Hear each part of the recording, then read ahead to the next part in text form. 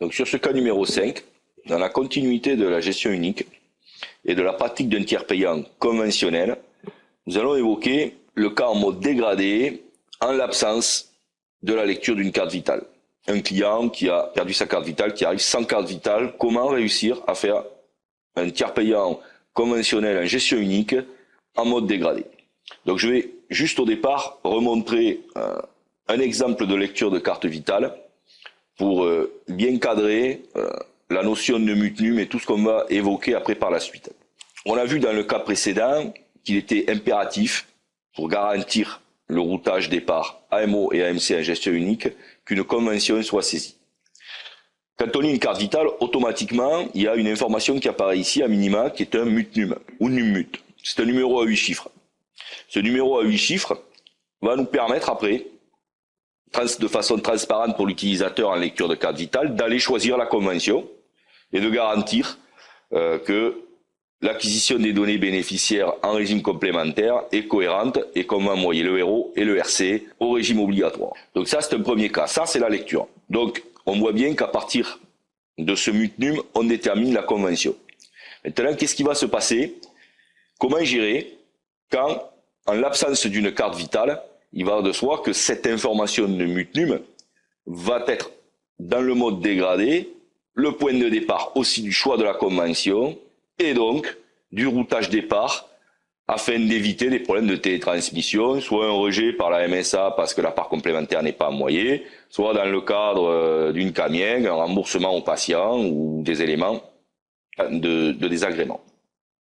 Donc, je vais commencer par la saisie d'une fiche et je vais montrer un exemple à MSA. Donc, je crée ma fiche, j'ai pas de carte vitale, donc je suis obligé de la créer manuellement.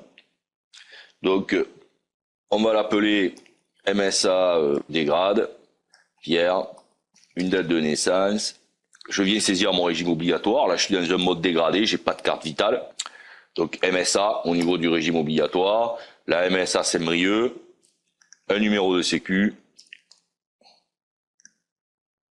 Voilà. Donc là, jusque-là, tout est normal. C'est relativement simple. Maintenant, on va vouloir télétransmettre ça. On va vouloir faire une feuille de soins électronique dégradée et on va vouloir garantir que tout se passera bien au niveau du tiers payant. Le RCE.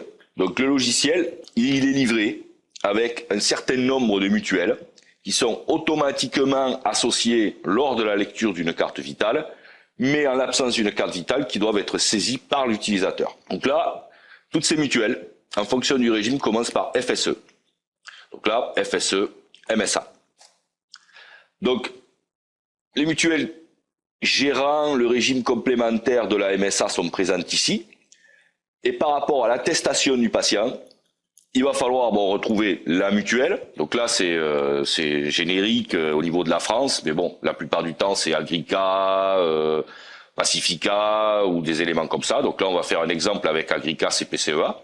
On a la mutuelle FSE MSA Agrica CPCEA. Je clique sur la mutuelle, je choisis mon contrat. On voit que le logiciel signe contrôler la présence d'une convention, mais par défaut, il a associé un mutnum, un numéro mutuel. Par défaut, il a associé un mutnum qui est un mutnum générique.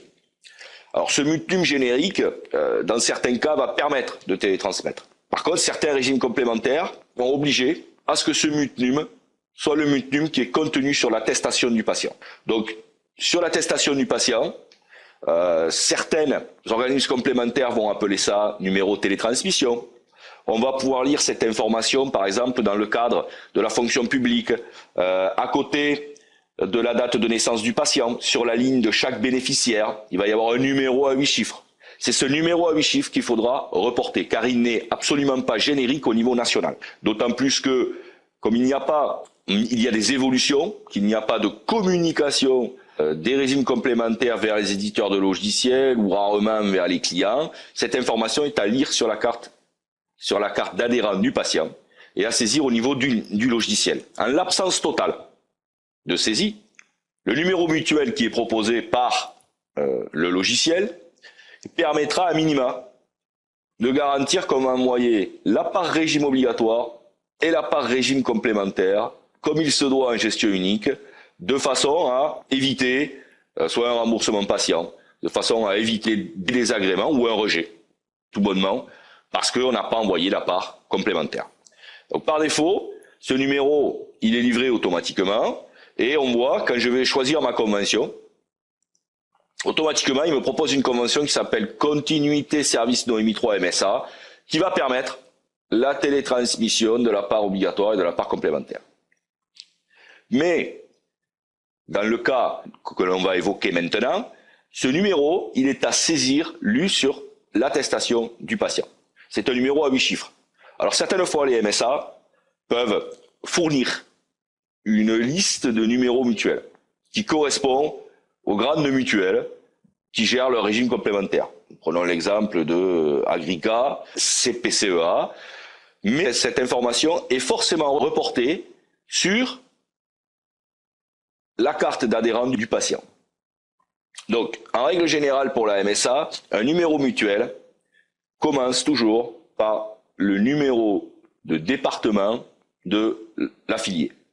Donc, par exemple, là, je suis au niveau de la MSA Saint-Brieuc, CPCEA, je lis une carte d'adhérent du patient, je vois dessus qu'il y a un numéro de télétransmission qui est le 22 00 133.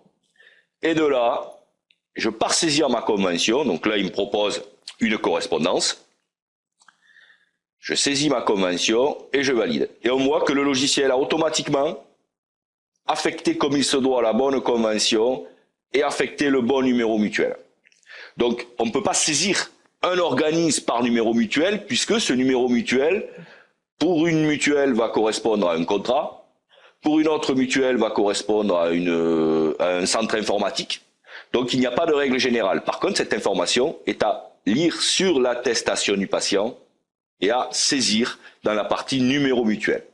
Comme je l'expliquais, par défaut, en l'absence, on n'arrive pas à trouver l'information, on ne sait pas.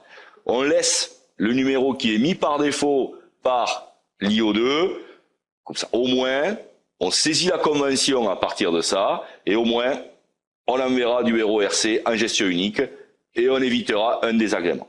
Et je confirme. Donc là, j'ai mon information régime complémentaire qui est saisie, c'est parfait.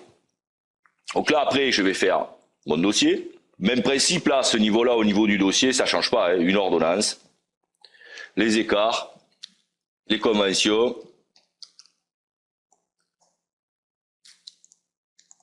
symétrie OD, les écarts, 17, 17,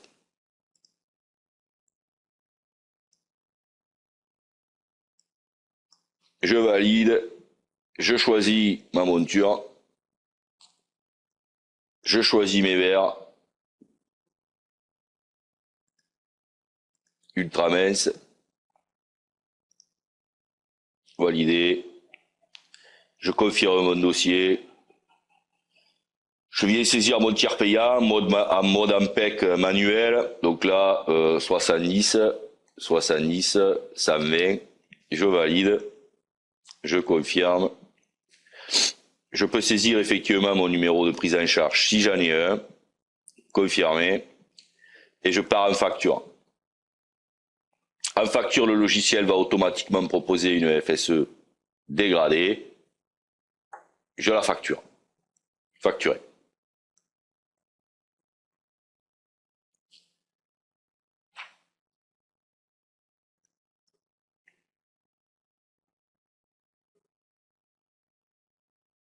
Voilà, résultat terminé.